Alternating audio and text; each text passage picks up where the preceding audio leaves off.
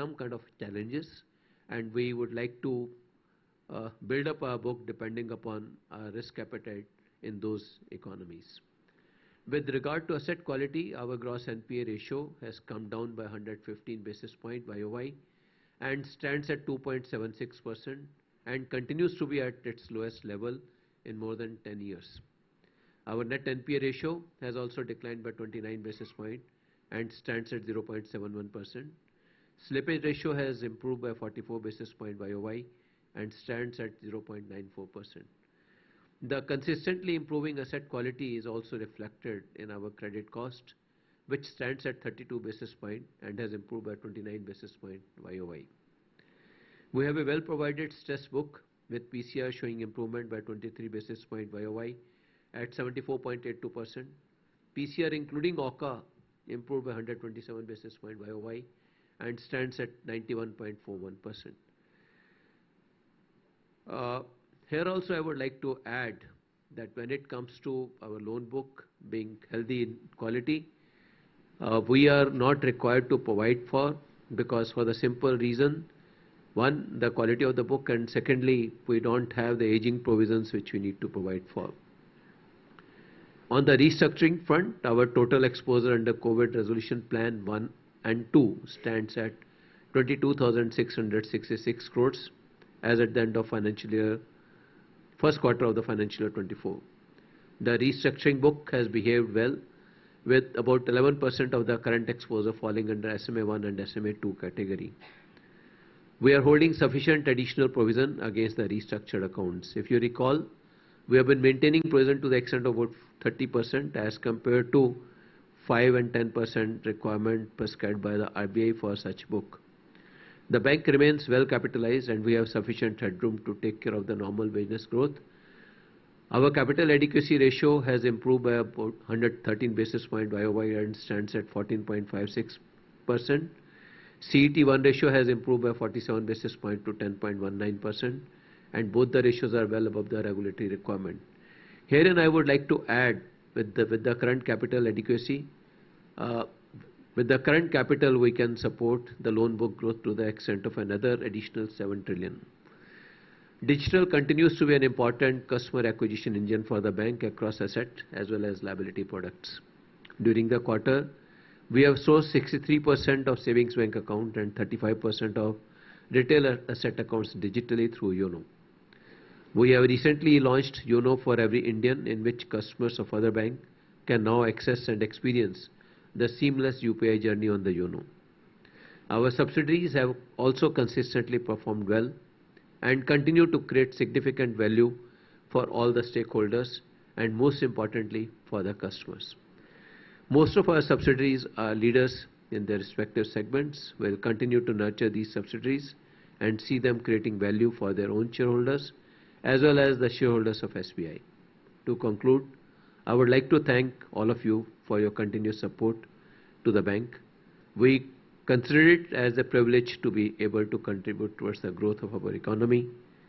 We remain committed to rewarding your trust in us with superior sustainable returns over the long time. I wish everyone here the best of health and happiness. My team and I are now open for taking your questions. Thank you. Thank you, Chairman, sir, for the presentation. We now invite questions from the audience.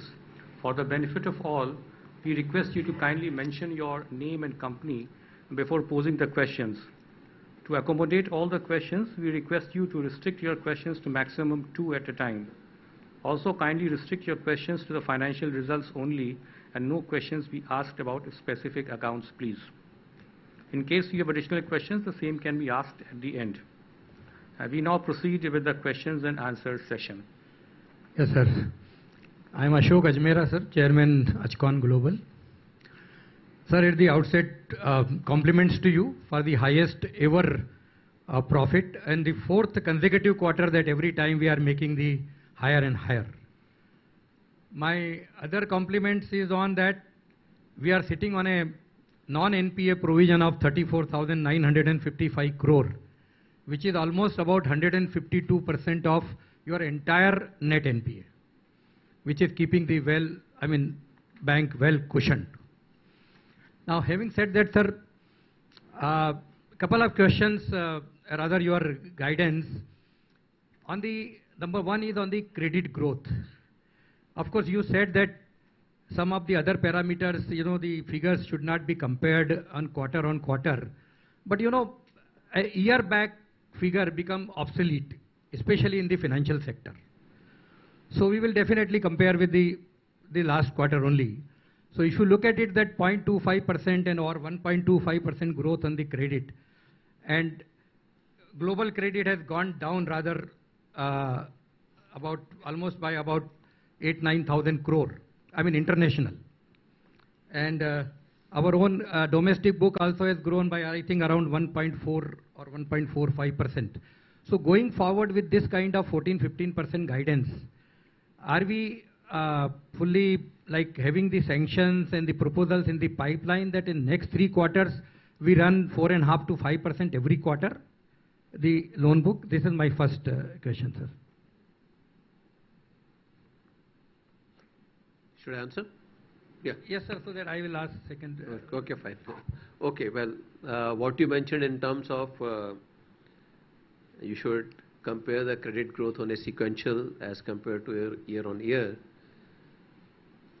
When it comes to the economy, why there is a busy season and the lean season? There are certain reasons because our economy has got certain characteristics. So likewise, I still stick to my argument that first quarter we should compare only on a quarter-on-quarter basis, not on a quarter-on-quarter but on a year-on-year basis. Because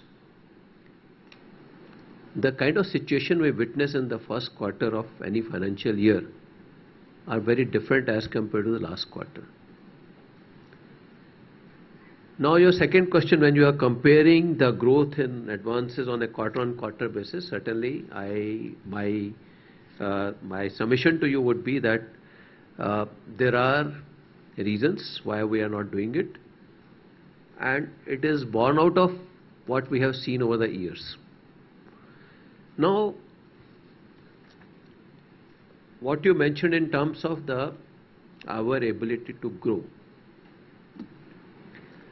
Retail personal, we have grown at 17% compounded annual growth rate for more than 3 years. And we don't see any reason that we will not be in a position to grow at this pace going forward also. And why I'm saying that is that because we are already seeing that when it comes to home loan sanctions, sanctions are up to the extent of 15%. The other very important component of the economy is the corporate sector. The growth rate which is envisaged for the economy is 6.5%, and it is riding on the basic few critical sectors which are going to lead this growth. It starts from infrastructure, where perhaps when it comes to the financial closures, we don't see any competition. When it comes to core sectors, additional capacities being created, there also for the financial closer, we are the one who are the preferred banker. When it comes to our ability to underwrite, we feel quite confident. And that is, I would like to add that even as on date, we have got our pipeline to the tune of about 3.5 trillion, out of which about 1.2 are already sanctioned and another 2.3 are in pipeline. So this is about the corporate sector. So corporate sector, when it takes a lead, it shows up into all other sectors of the economy. The more prominent among them are the SME and the retail. Agriculture sector is a function of the weather gods, and fortunately the rain, if at all we look at the long-term average for the rainfall, It seems to be better than previous years. So hopefully we'll get to see a decent traction in the rural economy also, which will give us enough opportunity to support that growth. This is the broader economy. The next comes our ability to respond to such challenges.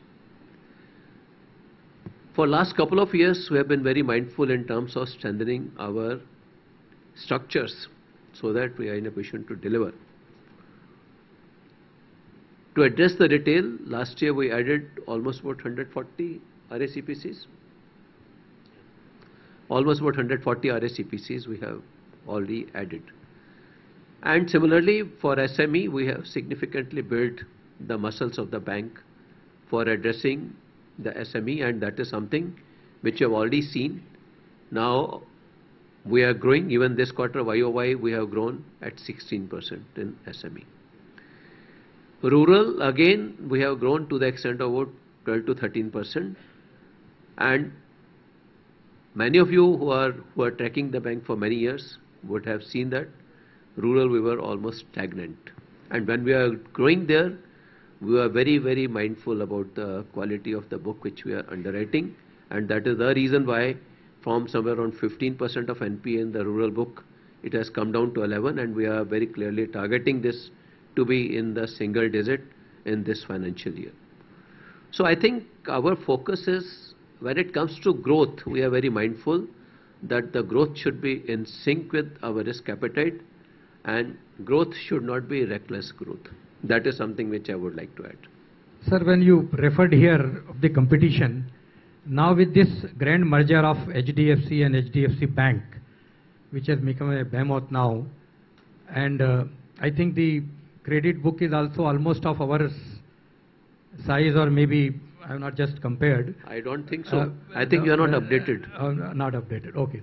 So now that big bank now again as a private sector coming in, from the competition point of view, is there any particular working, any action plan to take on them with this change scenario? They are focusing on the physical branch expansion. We are focusing on digital as well as physical as well as other channels. And as I mentioned, that we are very mindful in terms of strengthening our structures on ground, because when it comes to merger, we have also handled the merger of 8 banks. So it's not merely adding the balance sheets. It is ensuring the integration of the culture and also ensuring that the control structure is effective enough. So that is what my learning is from the mergers. But yes, of course, as a leading bank, we have to be very mindful of what the competition is doing, and we are ensuring that we should stay ahead of the curve. Yeah, please. Sir, yeah. What is a bank? Mike, sir. Yeah. So, bank is basically people, right? Customers and the people who serve the customers. So, if you see a State Bank of India, what is the number of people leave us every year? Hardly maybe 1,000 people will be leaving us, right? What is the attrition in the market? The people who are going to serve, the marketing people, the servicing people, I don't want to quote the numbers, right? But if you can find that there is a behemoth, you used the word behemoth, I think that word suits us more. So with this, that people who are to serve the customers, people who are to market, they are all a solid block, not leaving the shape. And you are comparing with somebody or people where the main people who are going to serve themselves are a very high rate of churn. So that is one. Number two, the number of customers we acquire as a bank. The number of customers we acquire is much more than what anybody else acquires. And the number of millennials who the accounts are opened, that is also more than 50% new customers are millennials up to the age of 30. So both the sides, people who serve, they're a solid block, totally committed. And the number of people who repose faith in us, they are also quite large in number. So from that perspective, I don't think that there should be any challenge. Yes, so point well taken, sir. Just one We on the move- OCA. Just one this thing, sir. You have given the split of the OCA numbers. 10-year and old 5,300, 5-year and old 68,481 crore, and less than 5 years 1,02,471 crore. Just a ballpark, like these are all 100% provided for accounts. So what, as per your analysis, since you have given a detailed analysis of the breakup of the aging wise, what can we roughly take as a recovery maybe in next coming 2-3 years, 5 years out of this 1,76,000 crores, sir? The recovery in OCA is a function of the available security. So there cannot be any ballpark figure for which we can ascribe for the recovery in OCA. It is actually case-to-case basis, and that is why our stress assets resolution group is now actually addressing how to make the maximum possible recovery from these accounts. But any assessment of the, because when this analysis is done, the security also must have been No, like... that's why I'm saying that it cannot be aggregated. It would be more at a disaggregated level. The approach will depend upon the security which is available in each of the account. Thank you. Thank you. Thank you very much. Please move to the next one. Here, please. Yeah. Sir, this is Anand Dama from MK Global. So my question was on margins. So this quarter, if you look at on a quarter-on-quarter basis, we have seen a 27 basis point contraction in terms of margins. Again, quarter on quarter, let me just put across, when it comes to NIM, what will you do for the one-offs which you get on the last quarter? Sir, agreed. But if you take out the one-offs, then still we have about 50 odd basis point contraction that is there. See, So, again, you have to, I think you have to understand how the increase in interest rate will show up in the deposits, how the increase in advances will show up in the in the loan book. So there is always a trajectory which is followed. So I think it is not a linear way of really looking at the things. Anyhow, you please carry on your question. So coming to your stuff, YOY basis, if I look at on a full year basis, where do we settle in terms of margins when we I expect that we should be having 3.47 would be our effort to retain this kind of a NIM. Okay. So secondly, on your slide number 15, basically the margins that you show over there, that I believe are like cumulative margins. So there is a difference between what you show on slide number 22 and what you show on the slide number 15. Particularly in the first quarter, even if you look at the cumulative margins, should not be different than what you show on the slide number 22, right? So why is this wide difference between what you show on slide number 15 and the slide number 22? What is the difference? It is slide number 22 also 3.47 is a NIM for domestic, and when it comes if you look at the whole bank, sir, 3.33 and 3.33 is there also. So last quarter was 3.37 over there. 3.37, I really don't know about this. 3.60, 3.84. Anyway, आप इसको reconcile कर लीजिए. Sure. Yeah. And just secondly was on the PSLC fees. So we saw in case of Canara Bank, there was huge fees which actually came from PSLC. There are other banks also who are exploring the PSLC fees. Any opportunity that we have in terms of... See, actually our corporate book is, growth is, we have got a corporate book which is would be as high as about 15 trillion or so. So on a 15 trillion, we have to actually depend upon purchasing PSLCs. We don't have a situation like that. So they have some earnings, but if at all they will grow on the corporate side, maybe they may not have those opportunities going forward. But yes, of course,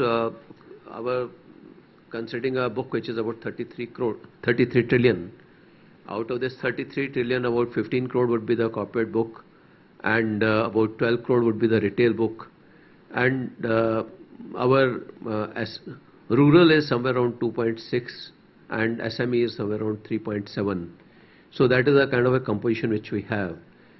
In any case, we have to, if at all we grow at about 14% or so for our corporate book, then we have to look at, we may not have opportunity for organically growing in the PSLCs, priority sector will have to look at PSLCs only.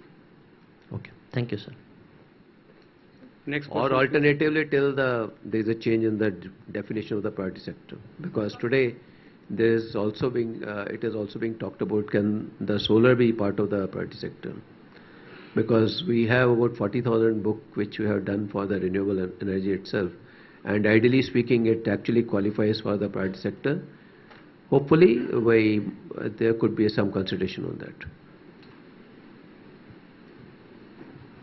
Hi, Siddhant Dand from Goodwill. So we are seeing a lot of products come on the savings account side, CASA side, the SA side, where, they're disrupting the market when, like Kotak came around to the active money, IDFC and other small private sector banks are giving much higher rate of interest. So at what point, 2 years, 5 years, do you think that the bridge between the FD and the savings account will come closer, even for public sector banks? Do you think that will happen? And secondly, the interest rates in PSU banks and even for current account, which is at 0, is kind of hitting when inflation is higher. So are you seeing a gradual drop in CASA over the years? Will you see that?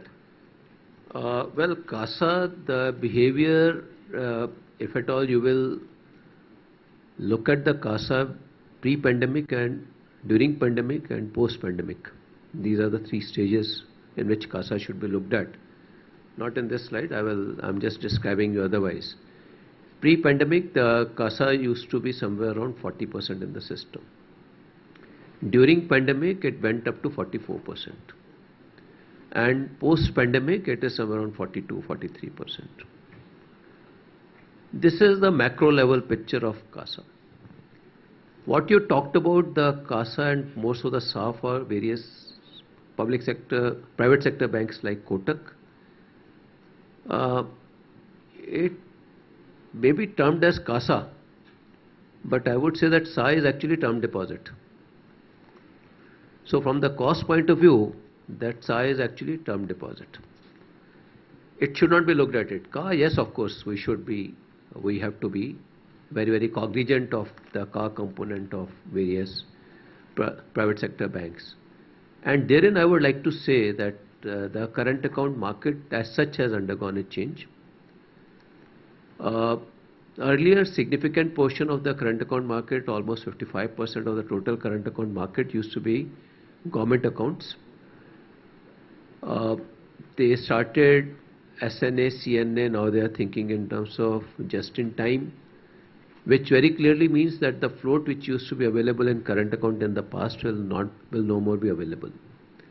Having recognized this reality, what we started doing for about last 6 months plus, we have started focusing on the current account from trade, commerce, industry, trust, etc., etc. And I'm happy to share with you that between March, up to March, we were growing faster than any other bank. June we were growing faster. Even July we are growing faster. So it's not that it's in the natural course. We have made certain efforts. We have tweaked our strategies, and that is something which is helping us. So our effort is going to be the CASA in the real sense of the word, lowest possible cost of resource. And I'm quite confident that the initiatives which we have taken will further enhance and rather strengthen our position as far as CASA is concerned. But having said that, macro cannot be ignored. And also the other reality to be seen is during inflation, invariably we have seen that there is a trend to the term deposit. Money moves to the term deposit. And whatever increase in cost of deposit we have seen in this quarter is essentially because last year, in the second half of the previous year, in certain buckets we had increased the interest rate. Whenever the renewals of those term deposits have happened, all that has been factored in already. So, and fortunately, last policy also there was no increase in the policy rates. We expect with the kind of inflation trends which are seen, hopefully there should not be any increase in the interest rates as far as the policy is concerned. So if at all that is the situation, then hopefully as far as cost of deposits are concerned, it should stable around this level for some some time to come. My second question is, cross sales number are improving at around 17%, but for a bank of our size and the subsidiaries we have, it should ideally be growing higher. So have we considered like open architecture instead of closed architecture when it comes to cross selling? Typically speaking, we have to be very mindful of the kind of customers who walks into our branches. And when we offer the product, we have to keep in mind what they expect. So our assessment of the ground level situation is customers who walk into State Bank of India's counters, they are looking at the product from the State Bank group. They are not looking at the product from any other entity. So this is the strategy which we are following. But hopefully this number in the first quarter is not always all that great. We always know that insurance gets sold only in the last quarter of the financial year. And so this is, again, it's not a linear trend which you will get to see. Quarter on quarter it will keep on changing. And last year we had seen growth of about 30%. And I'm quite confident that this year also the growth will not be less than 30%, it will be rather more. Perfect, thank you. Next person, please.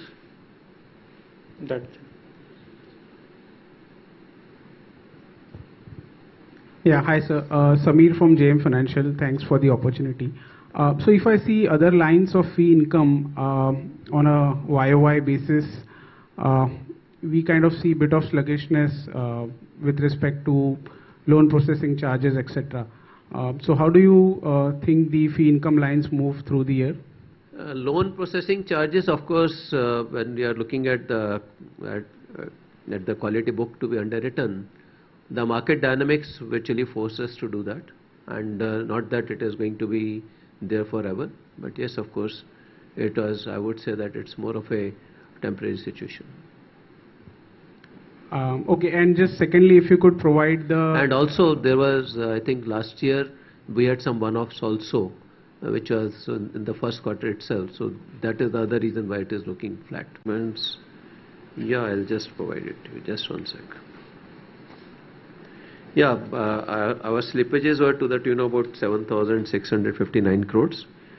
And retail personal was about 2,400. Agri was 2,300. SME was 2,400.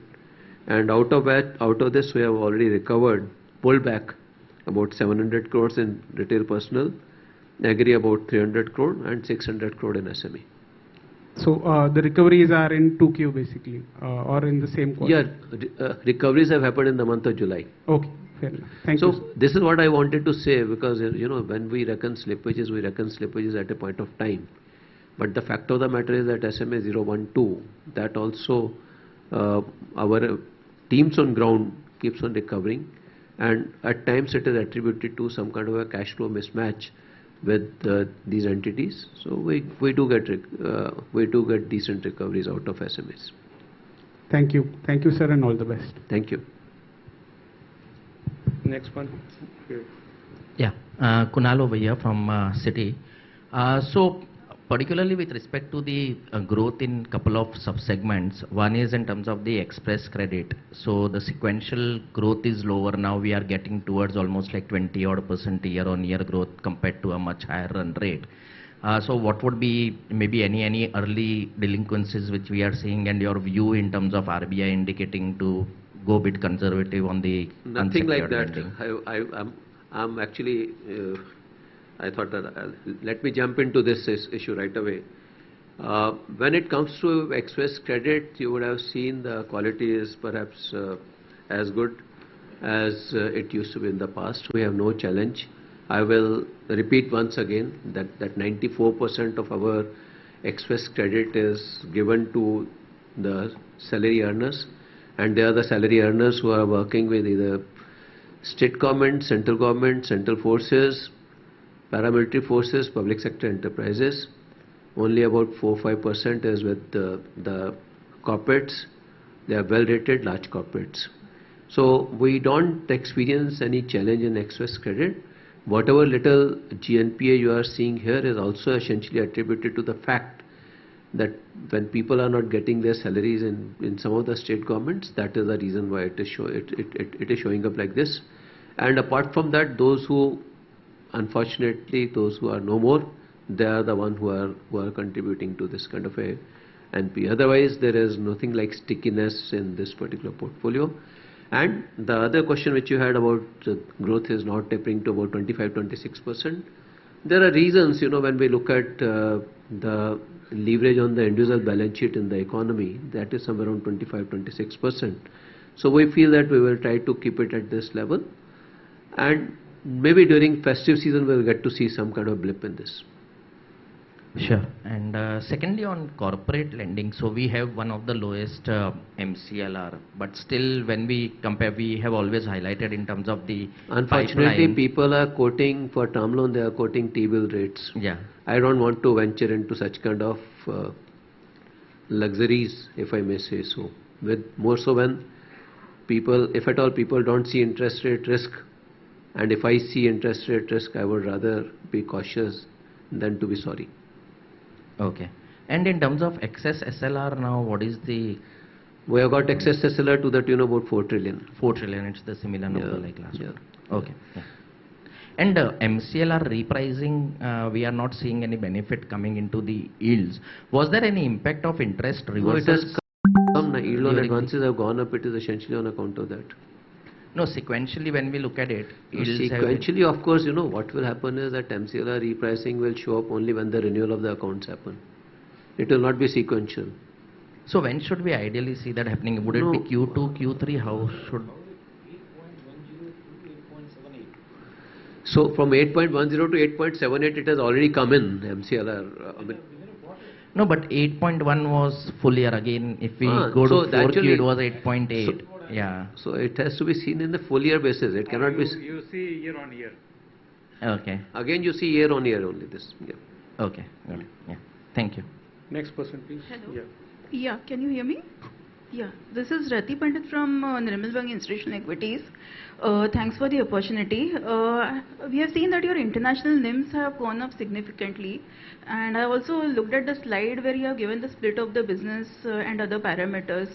So just if you could elaborate more a little bit on the business outlook over there and the margins. International, we are very cautious. Okay. One, of course, because of the scenario in the global economies. And one of the other reasons is that when we look at our book, international book, the India-linked loan which are seen lower is essentially on account of the fact that we had some oil companies had these revolving lines, so they have not availed, and that is one of the reasons. But we are very, very mindful in terms of the quality of risk, where if at all I may say so, we go for cherry picking in our international book, which is not like domestic book, and there we operate absolutely like a corporate bank, and asset and liability both are priced. They are actually they are linked to the variable rates. So we have already seen the kind of movement in the Fed rate, etc. So SOFR and SONIA all are getting influenced by that, and that is one of the reasons why we see the kind of NIMs which we are seeing. But I would say that over a period of time it will get normalized also. It will not remain at this level for rest of the year. There is one of yeah, please. I think one is of course the movement in under reference rates moving, and we are also focusing on the margins. Even if business is not coming up, that is what you see in lower growth rate, what you have witnessed in the financial. Our focus on growth in margins and the underlying reference rates moving is contributing to that. As Chairman said, they are going to moderate as we go forward. And usually what is the difference in the yields we get from India-linked and non-India-linked corporates over there? ECVs are generally slightly better priced. That is India linked. Okay. And the local, we do only investment grade. So obviously the yields in the local loans are less. Okay. And my second question is similar to repricing on loan what Kunal had asked. So what proportion of our book is fixed rate and significant part of it is already repriced and average tenure of same? I think Floating rate, which would be MCLR, T-bill, everything put together, would be somewhere around 70%, 75%, and 24% is fixed. Okay. And average tenor would be how much? 1 year reset or? 6 months would be a significant portion in MCLR. Okay. It's 50-50. EBLR is anyway repo. EBLR is anyway repo link. MCLR is 50-50. 6 months and 12 months. Okay, that's it from my side. Thank you. Next question. Hi, sir. This is Vishal from UBS. So I'll ask a YOY question for you. On the overhead expenses, so there's a decline of 48% in the business acquisition side. So is there something which is changed in terms of? No, I will just explain to you, because earlier for the PSLC, whatever we had defrayed, we had booked in the first quarter. That is the one reason. And this time we have amortized as per our accounting policy. That is one. Secondly, last year in quarter one, we were not having provisions for the wage revision, and which we have started doing it from the month of November onwards at the rate of 500 crore per month. So the wage revision has fallen during the month of November of previous year. So that is something. So these are these are the reasons. And sir, how much is the PSLC which got amortized? How much? I would not have We that. can give separately. Will provide it. We'll provide you separately. Okay, no worries. And another line, I think, item which is standard assets. So there is a reversal in that line instead of a positive number of 430 crores or something. So that reversal is on account of? Because I think standard assets actually have grown, QOQ also. Any idea? I think we made some specific provision in the past on some of the accounts in the Q1 of the last year, which was not there this year. So how much did we reverse? Because I'm sure that the positive standard asset number, we would have reversed something bigger, maybe tune of 1500, whatever number that is. Some of the standard asset provision which is held as an ad hoc basis, even if it slips, for example, that gets reversed from the standard asset provision. Also from the COVID restructured book, Yeah. they have reversed because the accounts have been closed. So what is the number, ma'am? Is that number there? I will give you the details. No worries. Thank you. And if I may ask one last question on term deposit repricing, and that's anyways the topic of debate.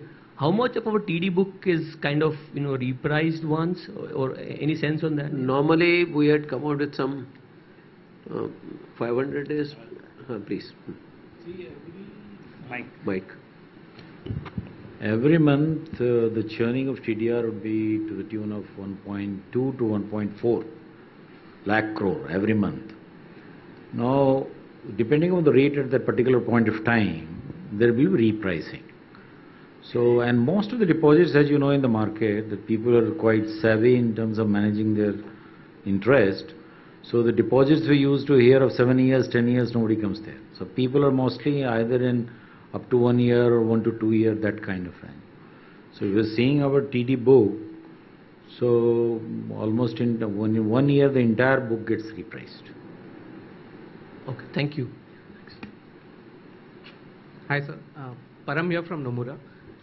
Sir, on the corporate loan book growth, you gave some color on the pipeline for growth going ahead. But as far as capex-led demand is concerned, both private and public sector, how do you see that panning out, say over the next year, and especially private capex, because we are in such a sweet spot? Do you see that playing out, say after elections, or what's your sense on that? Yeah. No, I think what I mentioned about the number, out of that about 2.7 trillion is from the private sector and the remaining is from the public sector. So private sector is significantly higher than the public sector. Do you see that building up going ahead, say after? Oh yes, very much. Okay. And sir, within your corporate book, the fastest growing piece that we can see is the NBFC book. Even for the sector as a whole, I think it's growing at 30% plus. So how do you see that? So that's the main driver. So do you see that sustaining going ahead? From that, we are also seeing growth coming in from the renewable sector. And also, when it comes to even the NBFC sector also, the growth is essentially happening in the well-rated NBFCs only, and quite well-rated, I would say. And apart from that, infrastructure, road construction, etc., there also we are seeing the opportunity. Infrastructure is one of the major one.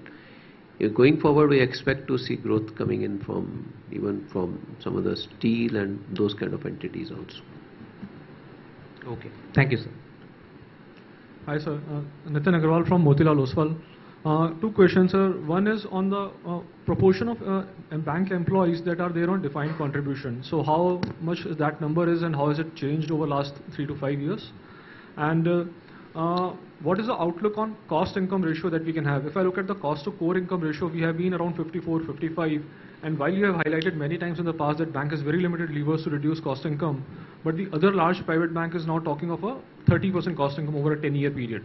So as SBI benefits from this defined contribution and the other operating leverage related benefits, how do you see the cost income ratio panning out? For us, when it comes to defined contribution, that number has moved up by about 1%. It is now 60% are now into the defined contribution. About 40% are into the defined benefit. So defined benefit number has come down by about 1% in a year's time. What you have asked in terms of how do we have to reduce the cost to income ratio, on that we are very clear that we will address it by shoring up the income and also improving the productivity of our staff on ground. So that is something which we are very clearly focusing on, and the cost to income ratio, if we look at in the current quarter, is somewhere around 50%. So I think what we have done in last about a year or so, it has started showing up. Digital sourcing is one lever. Our SBOS is another lever which we are leveraging. So all this put together will help us in addressing the cost to income ratio in medium term. But when it comes to other banks talking of, private sector banks talking of reducing to 30%, I would not like to comment on that. The kind of churning which they have is they should be actually worried about as compared to reducing their cost. Yeah, so that's a very long-term 10-year guidance that we got. No, in fact, if at all churning continues at this pace, that should be a cause of worry for them. Because eventually, all said and done, banking sector is based on the knowledge. Right, sir. And if you can also share, like, what is the AS15 liability that we have to provide for based on the wage hikes and any provision that we have made? Actually, as of now, that has not been crystallized because the negotiations are still on.